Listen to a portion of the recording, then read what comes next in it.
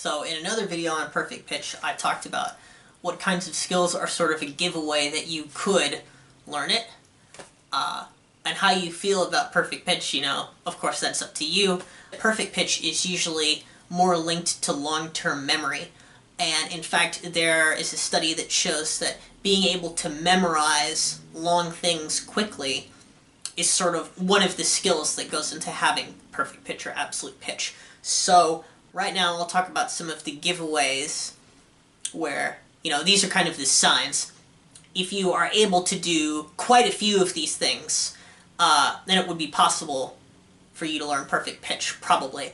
Although I don't think these kinds of skills have really been very well documented, because it's normally just assumed that you would know if you had perfect pitch at a very young age, and then you wouldn't learn it later. But that's what I did, because nobody explained it to me, so then I sort of had to figure out that I had this latent ability. So, number one, stability. Now, it's quite possible if you have perfect pitch, just like anyone else, to be tricked into,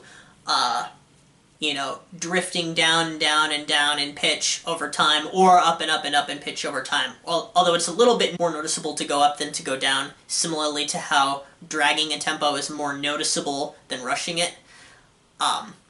But if it's done in quite a short period of time, like say in choir, if you don't have a piano and the choir is sort of pulling down, if you don't have perfect pitch, but you notice that really easily, that could definitely be a sign that you would be able to learn it. And strong pitch memory kind of goes along with this. Pitch drift is really the best way to assess that sort of thing, because it has to do with long-term memory over time. You always remember what the main pitch sounds like, and that's sort of burned into your brain. And if you're also really accurate at singing in 12-tone equal temperament and really nailing the pitch grid, and you don't really drift a lot on your own without a piano, that sort of goes along with it, but it's not necessarily the same thing. So if you don't drift a lot, it's possible you're using your long-term memory there. Number two is easily recognizing certain keys, sort of randomly and out of the blue. And there doesn't really have to be any rhyme or reason to it.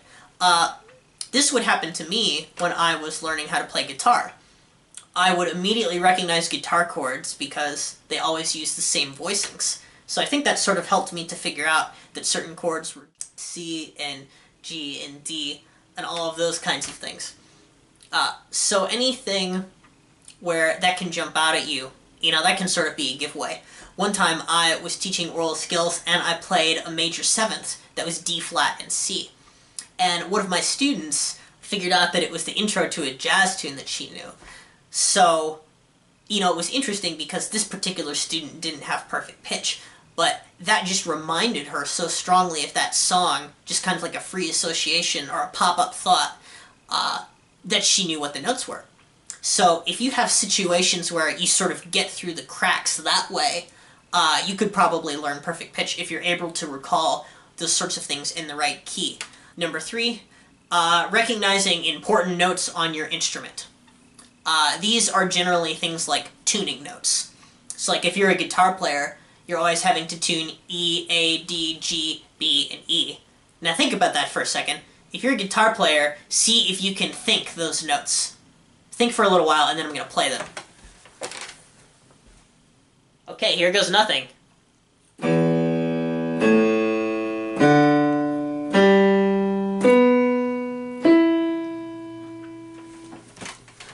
I don't know if you got it right, but if you did, and you don't think you have perfect pitch, it probably is quite possible for you to learn it, because that's the situation I found myself in when I was a 14-year-old. I could recall some notes, but I didn't have any rhyme or reason about it, and it wasn't really perfect. I had to really practice to get good at it, and then I officially had absolute pitch. So that's a good example of a situation where you're playing notes on your instrument or you're tuning notes. Three other great examples. For one thing, when you're in band, right? And you are having to tune to concert B flat. Think about that concert B flat in your head. Now if you know what that is, because you've done it so many times, you're using your long-term memory there to get that note. So that's a good example. Or of course, orchestra's tuned to A, so there's that as well. You could also think of that note, and then think of other notes along the way. Then there's two more, choir warm-ups. Some choir directors always do the warm-ups in the same key or similar keys. I know that when I was in The Statesman, Dr. Crow, our choir teacher, would play a big E major chord. In fact, I think that chord was really a trigger for a lot of people because sometimes if I got there early, I would do a little fun trick where like I would just play a big E chord just like him, and everybody would just suddenly sit up at attention.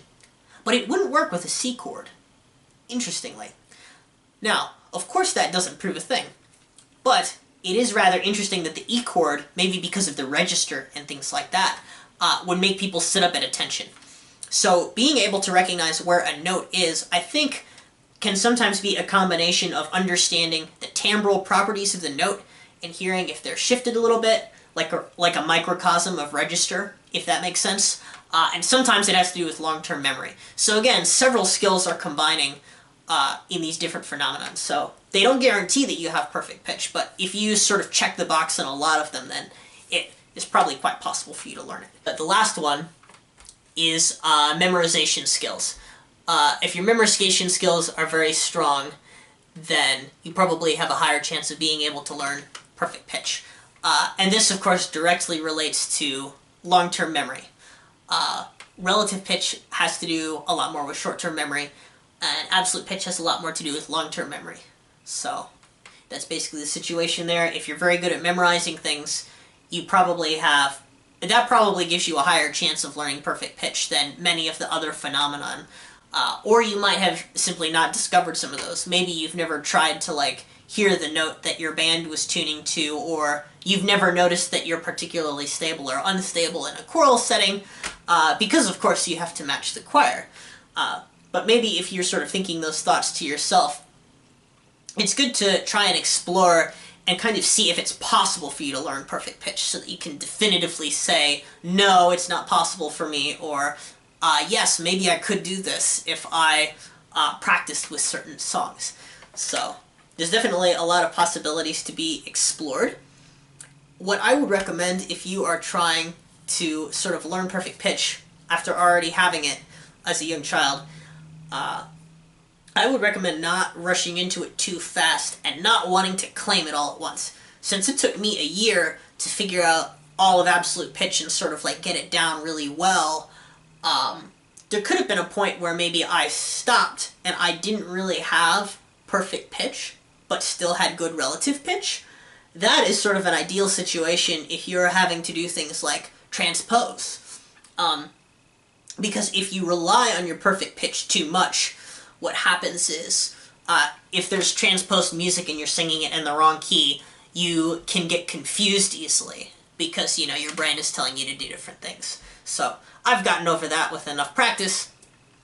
You can get over it too if you learn perfect pitch, but it is annoying, so perhaps it is sometimes best to sort of learn enough to know that you could have perfect pitch, the potential to understand it, and then not really learn it all the way. So that's something that you can try.